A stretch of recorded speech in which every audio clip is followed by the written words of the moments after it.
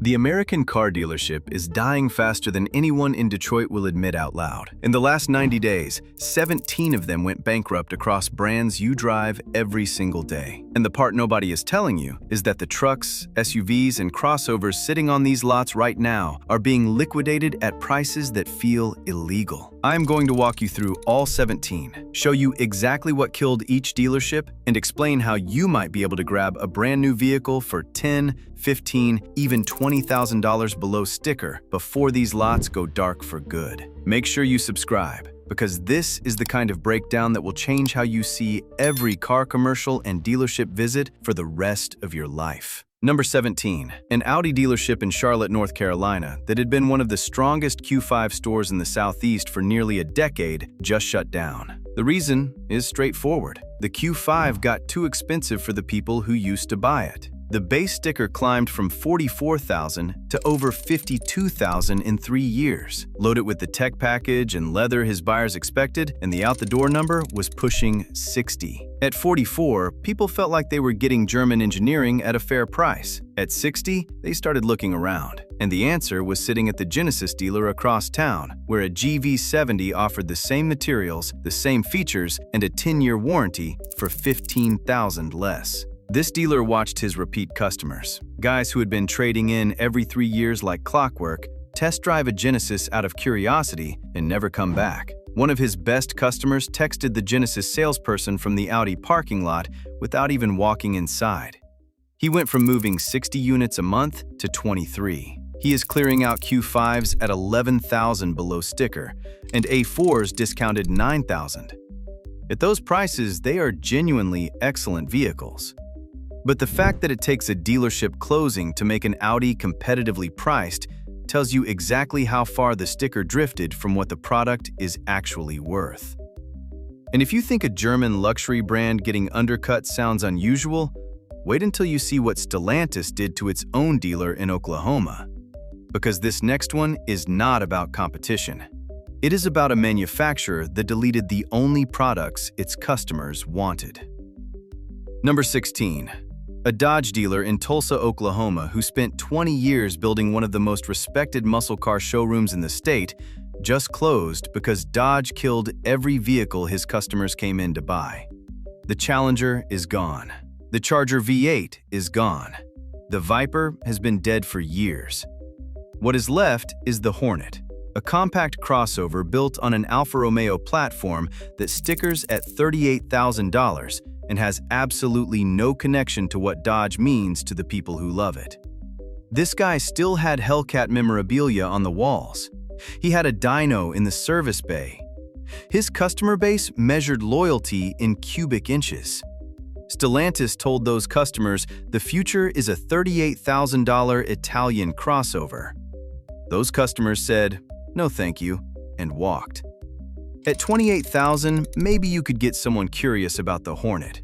At $38,000, it is sitting next to a Honda CR-V with better resale and a customer base that actually wants it.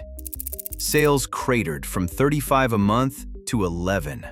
Some months, 8. He is dumping Hornets $7,000 below sticker and still getting nothing, because the Dodge crowd will not touch it, and the crossover crowd is buying Honda without a second thought. He told a local reporter he felt like a steakhouse that got forced to serve salads.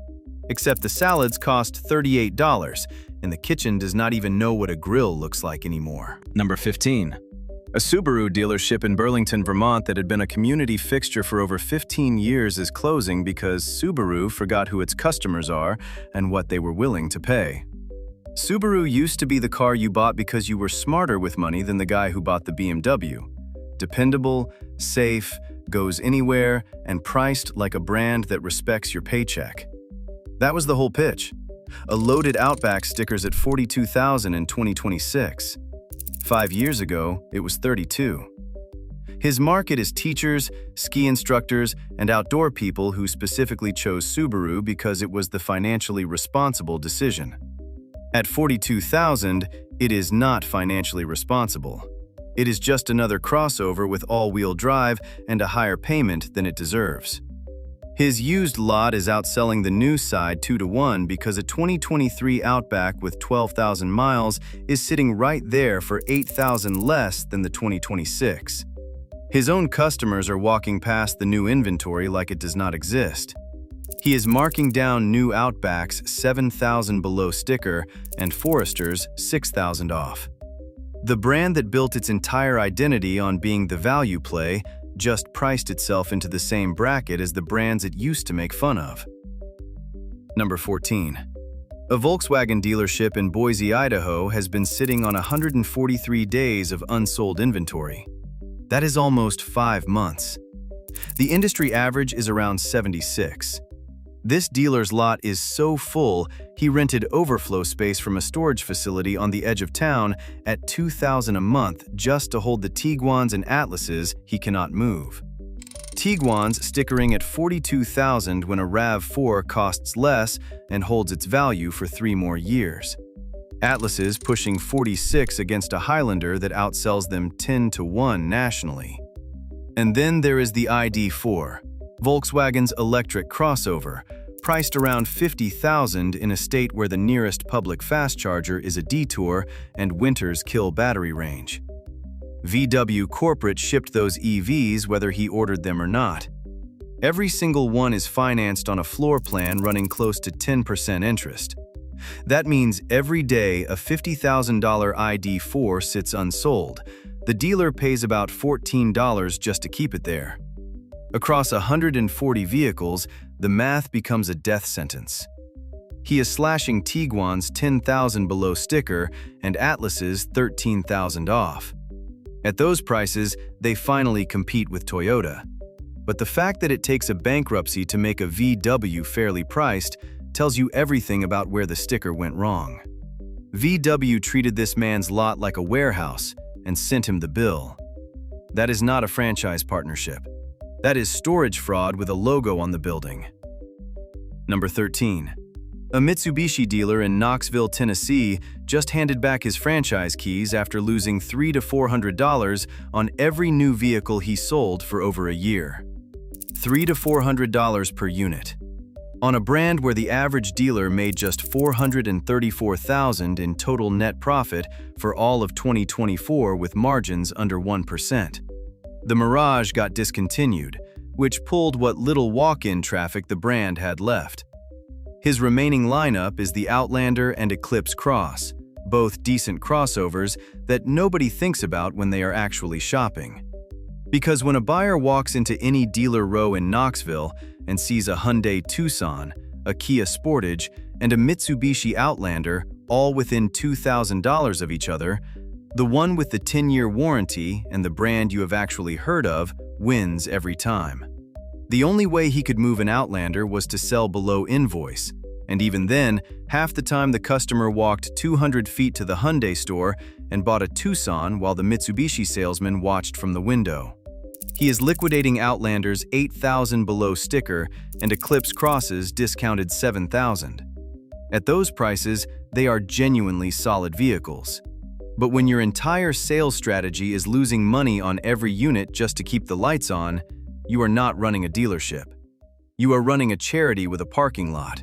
And if brands like Mitsubishi are bleeding out at $38,000, wait until you see what happened to the dealer who bet $500,000 on an electric future that never showed up. Number 12. A Volvo dealership in the western suburbs of Minneapolis that ranked among the strongest stores in the upper Midwest for 15 years is closing because the owner spent nearly $500,000 doing exactly what his manufacturer told him to do and got punished for it. Volvo told him to go electric. He went electric. He installed DC fast chargers, retrained his entire service team on high-voltage systems, and rebuilt the showroom to match Volvo's Scandinavian design requirements. Then, Volvo priced the XC40 Recharge at $55,000.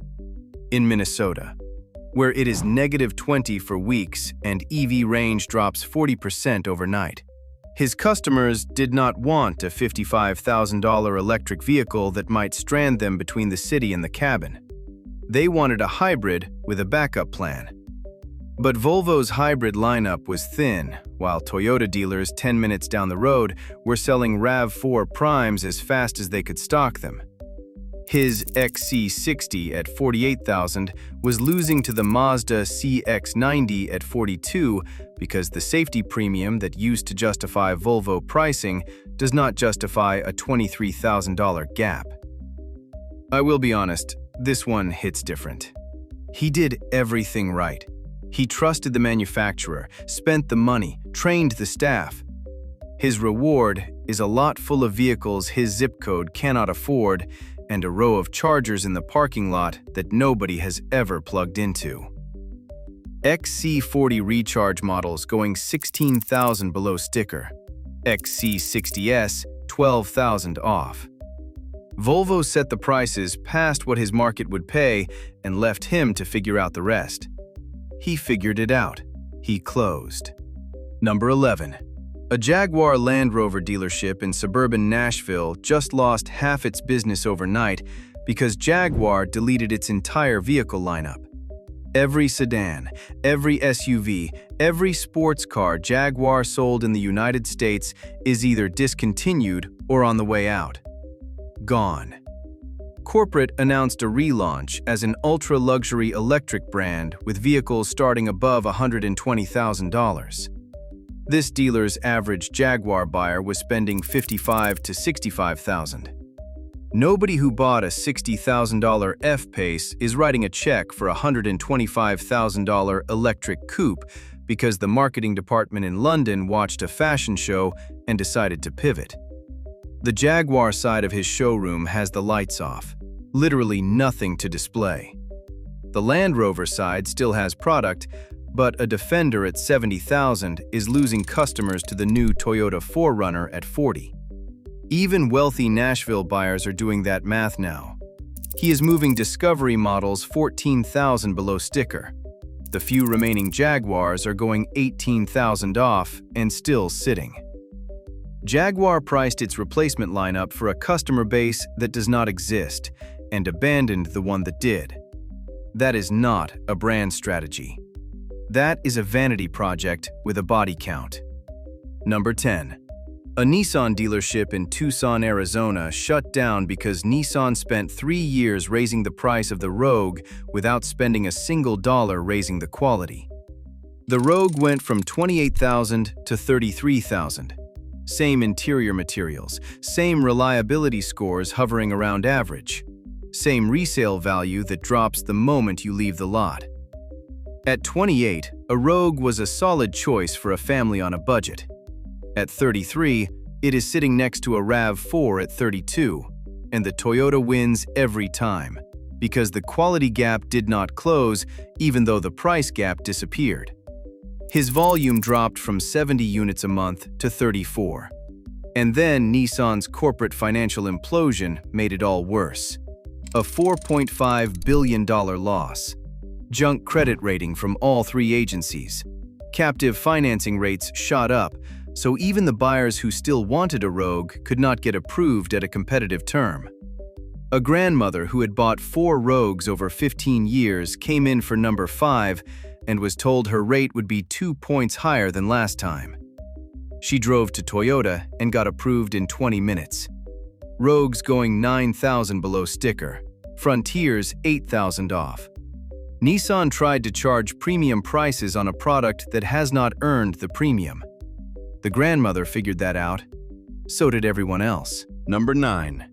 A BMW dealership in the suburbs of Richmond, Virginia that was doing 70 units a month as recently as 2023 shut down after import cost surcharges pushed his sticker prices up $6,000 without adding a single new feature to the car. The average 3 Series went from $47,000 to $53,000 in 18 months. Same car, same options, $6,000 more on the window sticker, and 0 new reasons to pay it. A man walked in expecting to sign at $48,000 for a 330i. The finance office came back at $55,000. He did not argue. He did not negotiate. He stood up and walked out without a word. The sales manager said that exact scene happens 3 or 4 times a week now. Foot traffic dropped 31% in a single year.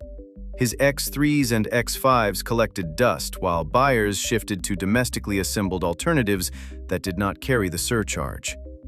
A Genesis G70 or a Cadillac CT5 suddenly looked reasonable, and 2 years ago, neither would have been in the conversation.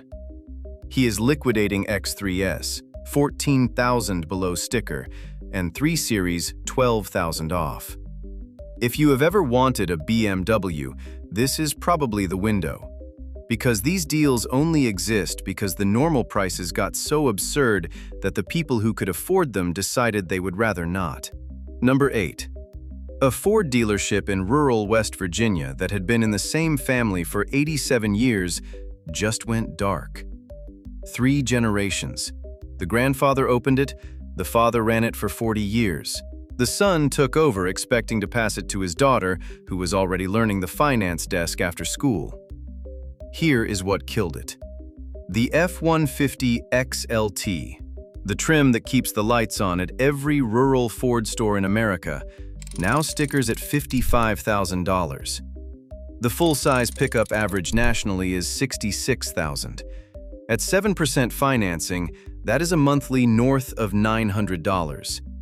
In a county where median household income is $42,900 a month is more than the mortgage. His regulars are not buying new trucks. They are driving their old ones past 200,000 miles because the math on a new F-150 breaks the family budget. Volume dropped from 30 a month to 9, and then Ford told him he needed to invest $900,000 in EV infrastructure to keep his certification. Ford's Model E program required dealers to invest anywhere from $500,000 to $1.2 million depending on the tier. In a county of 14,000 people where nobody has ever asked about an electric truck, he could not afford it. When the deadline passed, Ford pulled his authorization to sell certain models. The lot got thinner, the traffic followed, and 6 months later there was nothing left. His daughter changed her college plans. She is studying nursing now. F-150s going $12,000 below sticker. Bronco Sports, $8,000 off. Ford priced the working man out of the truck the working man built this country in, and then charged him $1 million to keep selling it. Number 7. An Infiniti dealership in the suburbs of Plano, Texas, just a few miles from Nissan's own North American headquarters, is shutting down because Infiniti as a brand is evaporating in real time. And the numbers are staggering.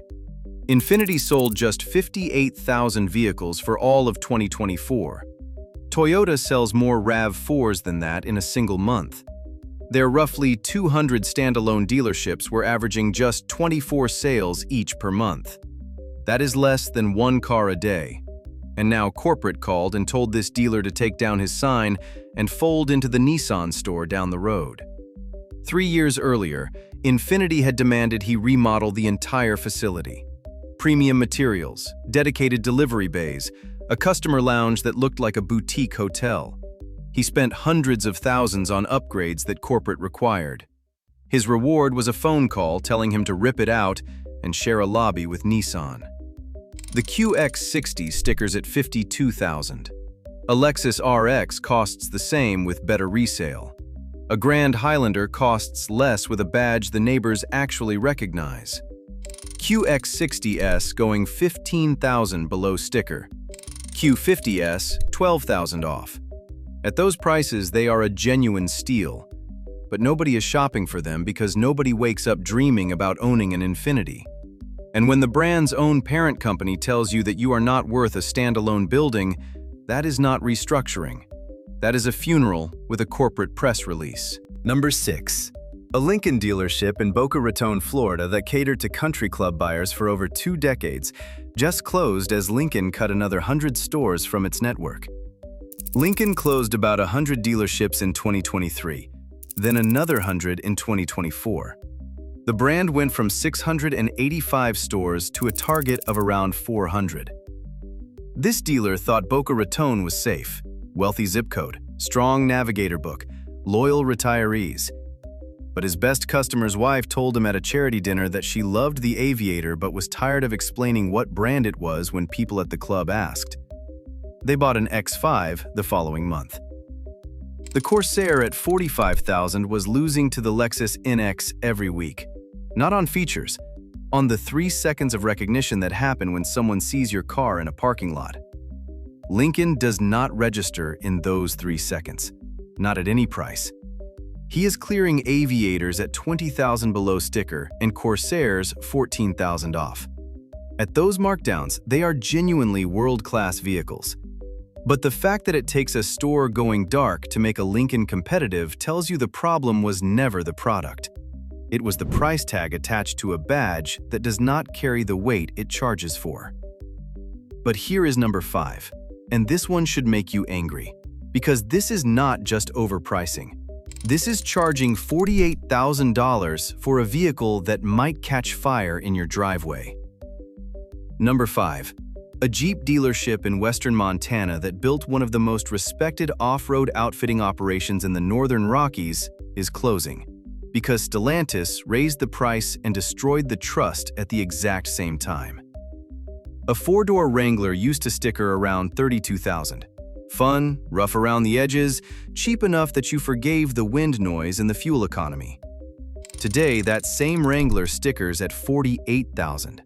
The Grand Cherokee pushes past $55,000, and at those prices, buyers expect perfection. Instead, Stellantis issued fire risk recalls on the 4xe plug-in hybrids 3 separate times, covering over 320,000 vehicles. The advisory literally told owners to park outside and stop charging. 19 fires reported. His service bays filled with warranty claims that paid a fraction of regular rate, while the sales floor went dead because every buyer with a phone was checking reliability scores before walking in.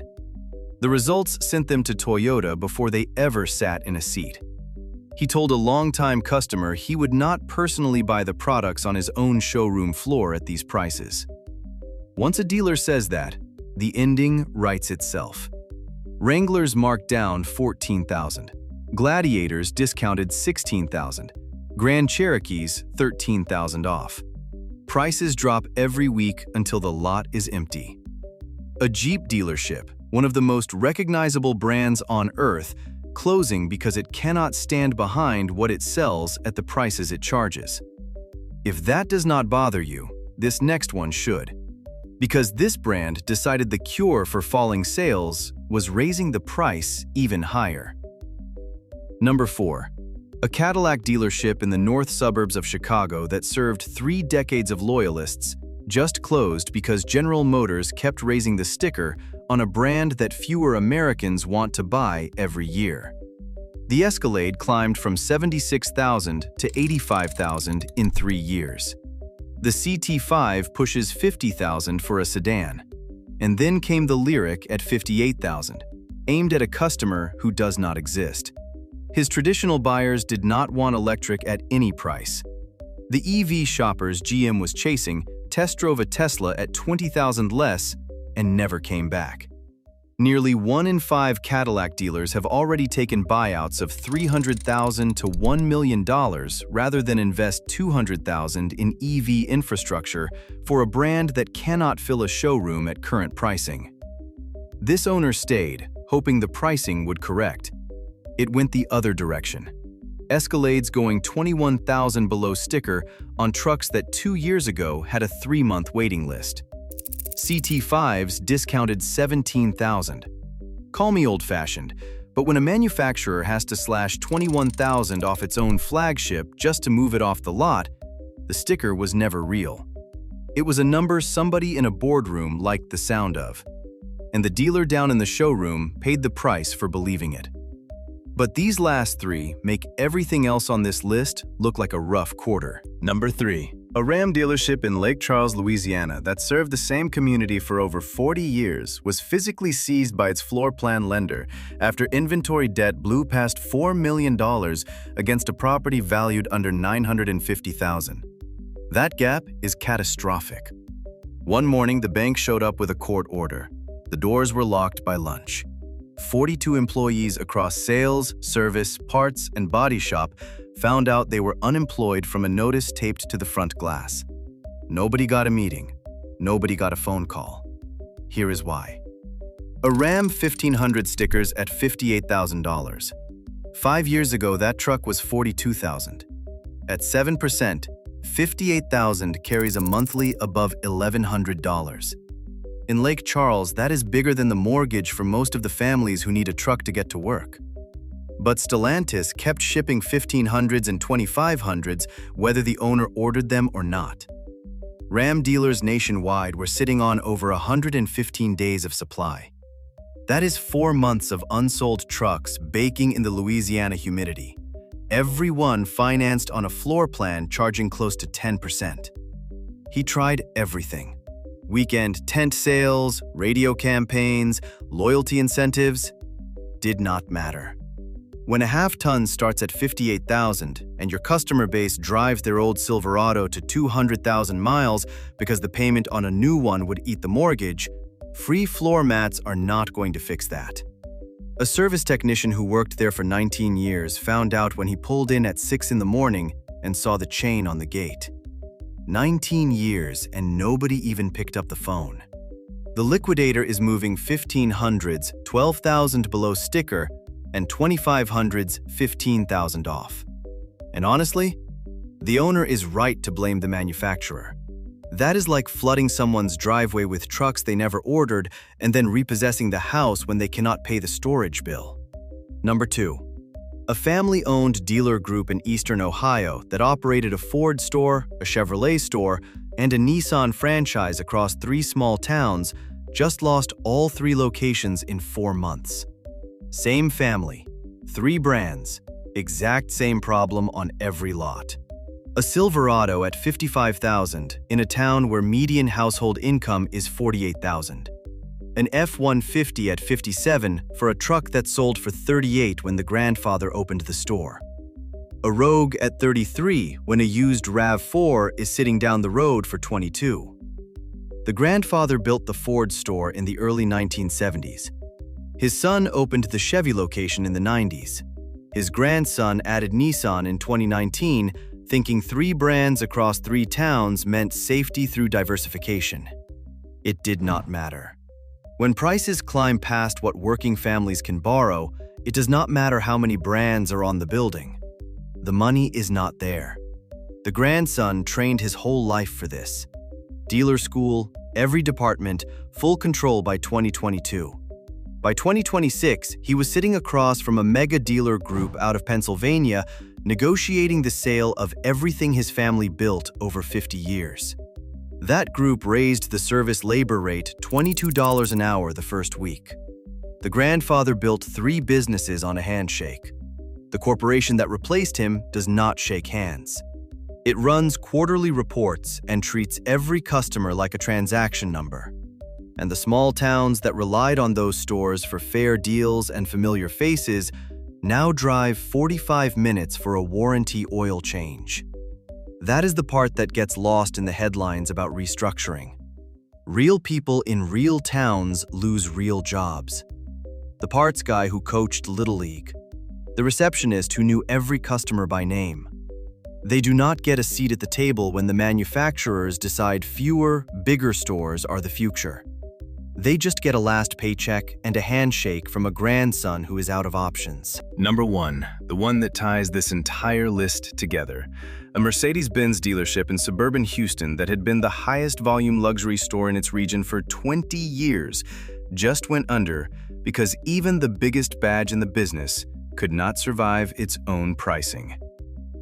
A base GLE starts at $82,000, loaded the way his Houston buyers expected, and the out the door pushed past $95,000. The EQS stickers at $105,000, and not a single customer asked to test drive one in 4 months.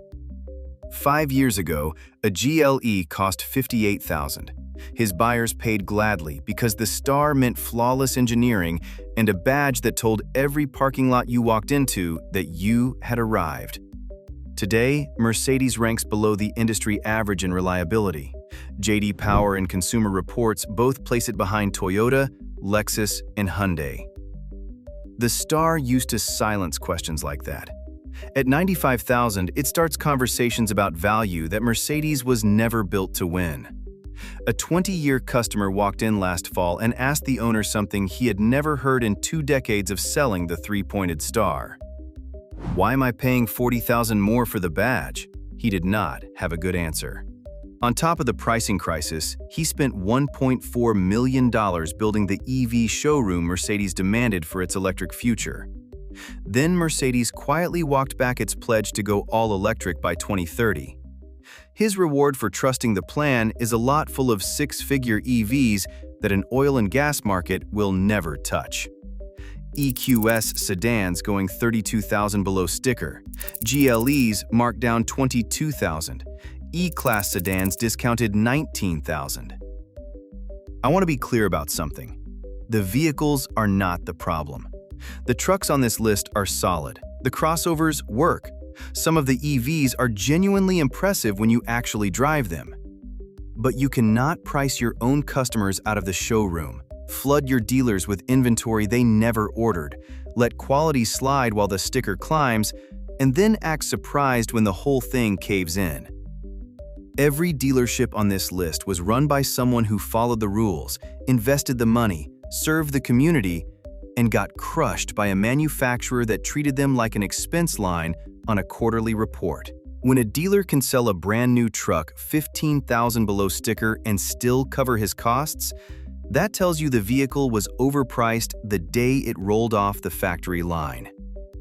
These closures are a disaster for the owners and the employees. But for you, the buyer, they might be the best deals you will ever see. Which of these 17 hit you the hardest? Drop a comment and tell me which brand you think closes the most stores by the end of the year. And if this changed how you see the car business, hit that like button so more people find out what is really happening behind the smiling commercials and the big rebate banners.